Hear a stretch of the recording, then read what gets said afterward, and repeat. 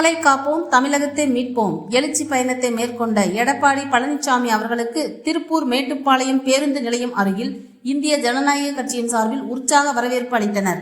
திருப்பூர் தனியார் ஹோட்டலில் அதிமுக பொதுச் செயலாளர் எடப்பாடி பழனிசாமி கூட்டணி கட்சிகள் நிர்வாகிகளை சந்தித்த பின்னர் தேர்தல் பரப்புரைக்காக திருப்பூர் மேட்டுப்பாளையத்தில் பஸ் நிலையம் அருகில் வருகை தந்த அதிமுக பொதுச் செயலாளர் எதிர்க்கட்சி தலைவருமான எடப்பாடி பழனிசாமி அவர்களுக்கு இந்திய ஜனநாயக கட்சியின் சார்பில் உற்சாக வரவேற்பு அளிக்கப்பட்டது.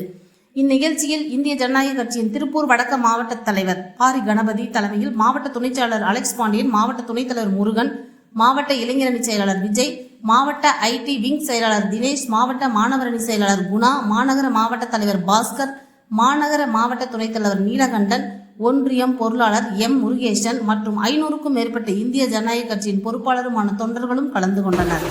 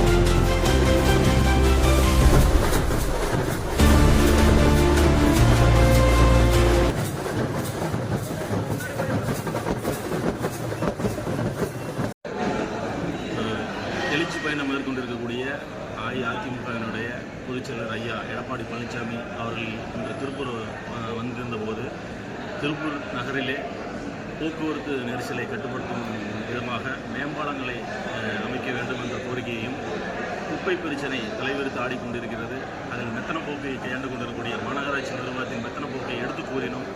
அவர் ஆட்சி அமைந்ததுமே முதலில் திருப்பூர் மாவட்டத்திற்கு செய்ய வேண்டிய பணிகளில் இதனை முதற்பணியாக எடுத்து செய்வோம் என்று கூட்டணி கட்சியான எங்களுக்கு வாக்குறுதி அளித்துள்ளார். அதை மனதார வரவேற்கிறோம்.